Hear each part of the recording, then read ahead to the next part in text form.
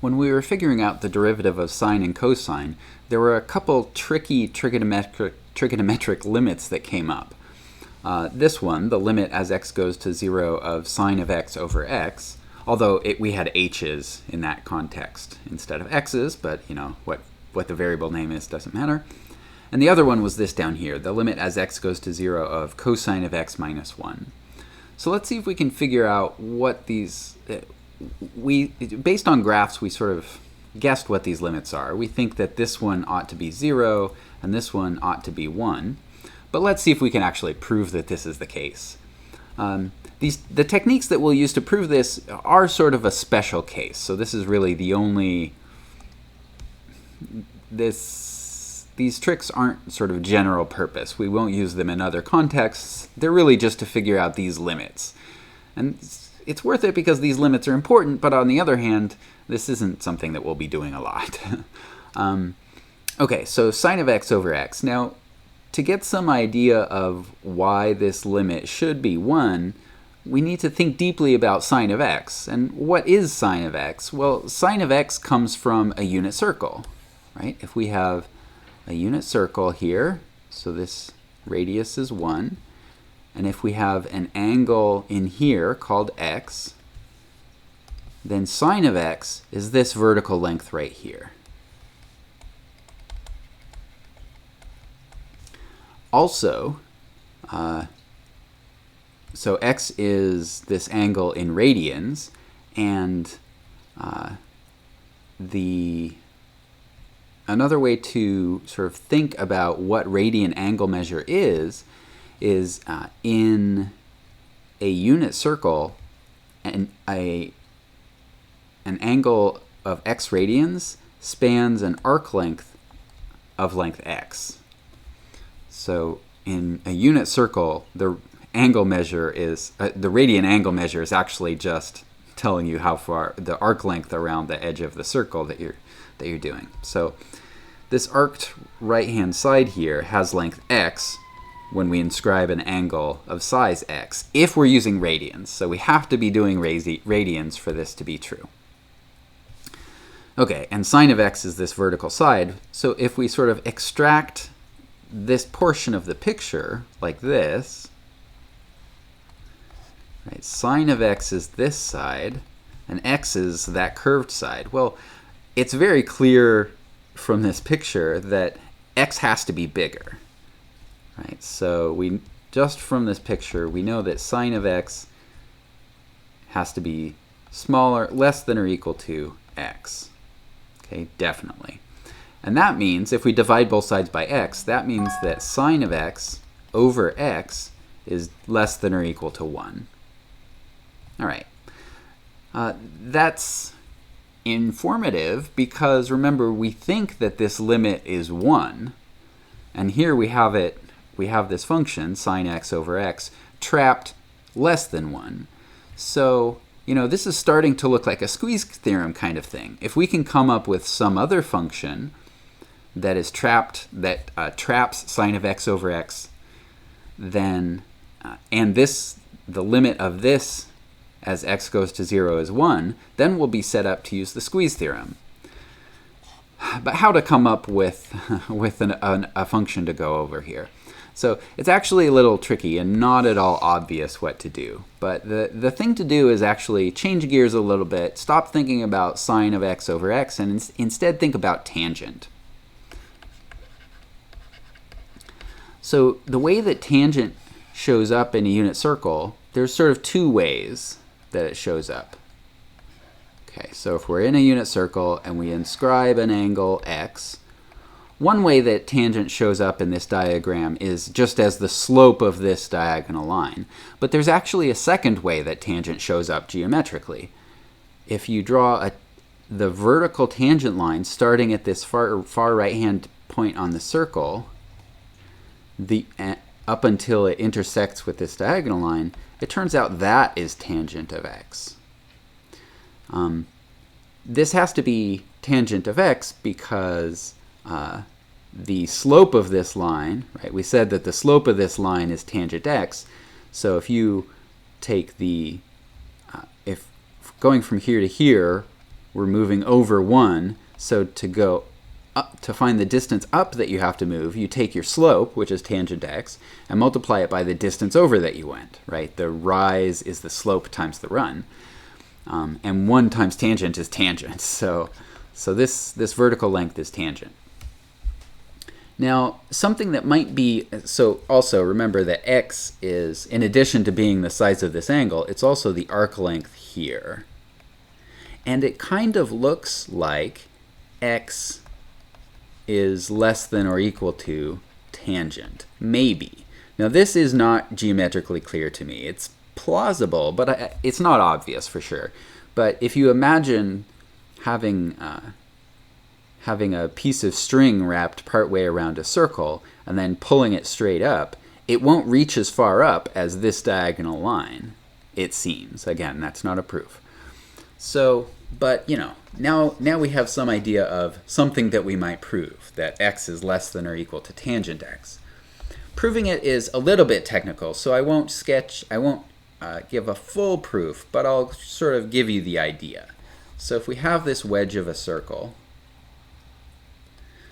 and we have this tangent like this, the idea is what we're going to do is break this arc of the circle into many different pieces. And each piece is going to be a straight line segment. Okay?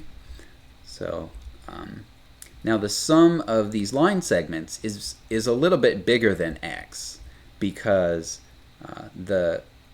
because they're straight, right? Because they're straight and they're all outside of the circle, they are slightly long, they add up to a length that's slightly longer than the circle, than this arc of the circle, which is x. So x is a little bit less than the sum of the red line segments. Okay, well, let's look at one of these red line segments. If we draw a line going from the center of the circle through the two ends of these line segments, like this,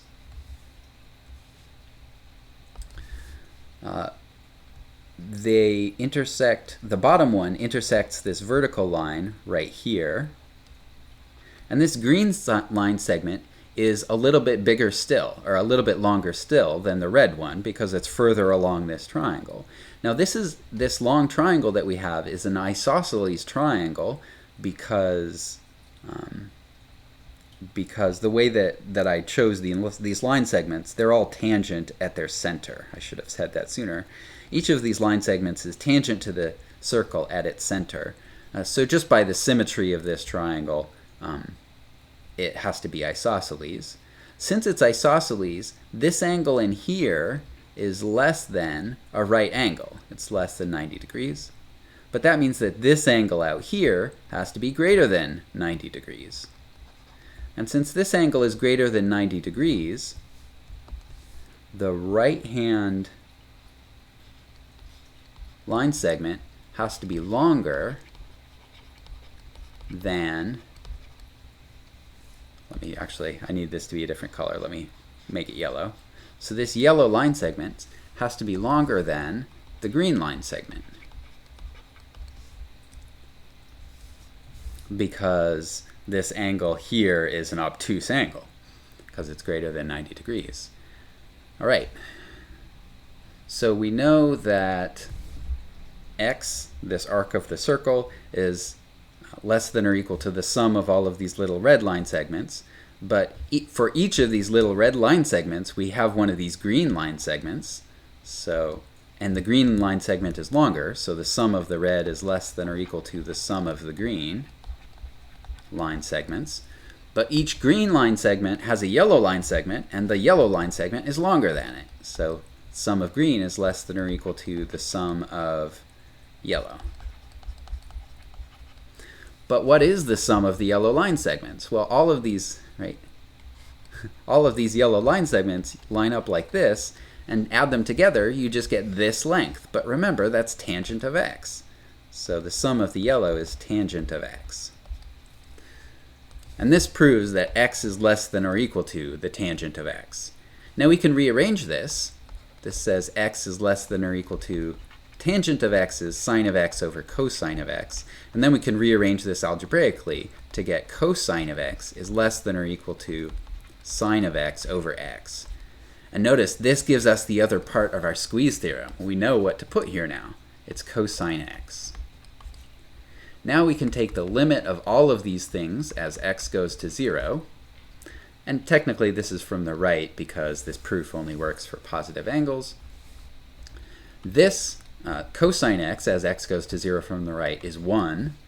1 as x goes to 0 from the right is 1. And that means that the squeeze theorem means that this central limit is also 1.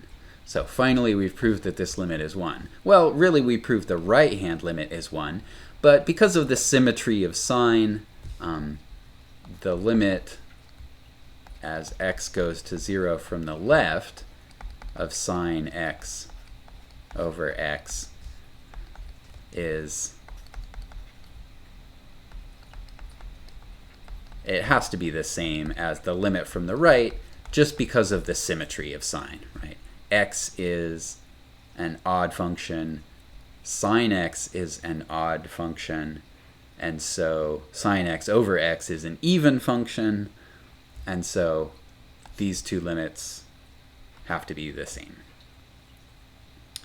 All right, so that does it for sine. So what about this tricky limit for cosine? So we think that it's 0.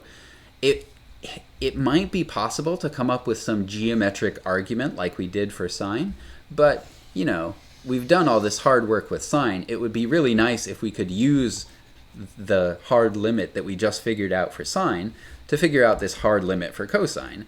And in fact, it's possible. I mean, if you have a cosine lying around and you want sine to show up, how do you do it? Well, you use the Pythagorean theorem somehow, or the Pythagorean identity.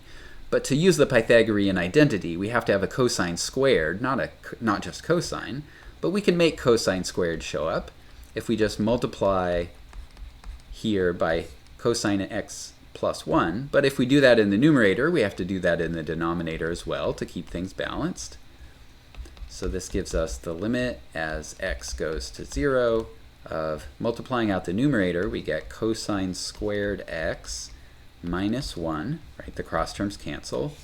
In the denominator, we get x times cosine x plus 1.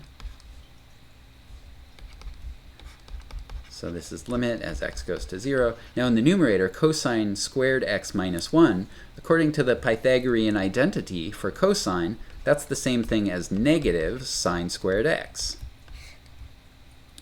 over x times cosine x plus 1. And now you probably see what's going to happen. Here we have sines in our numerator and x in our denominator.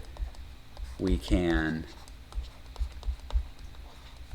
split the numerator up to be sine of x over x times minus sine of x over cosine x plus 1. Now we can use the product rule for limits. So this is the limit as x goes to 0 of sine x over x times the limit as x goes to 0 of minus sine x over cosine x plus 1. Sine x, so the limit of as x goes to 0 of sine x over x, that's the limit we figured out a minute ago. We know that that one's 1. And then the limit as x goes to 0 of negative sine x over cosine x plus 1, well, sine x is going to 0, and cosine x plus 1 as x goes to 0, that's going to 2. And so this whole limit is just 0, which is what we thought it should be, right? So these two limits, limit as x goes to 0 of cosine x minus 1 over x, and limit as x goes to 0 of sine of x over x, they are what we thought they were.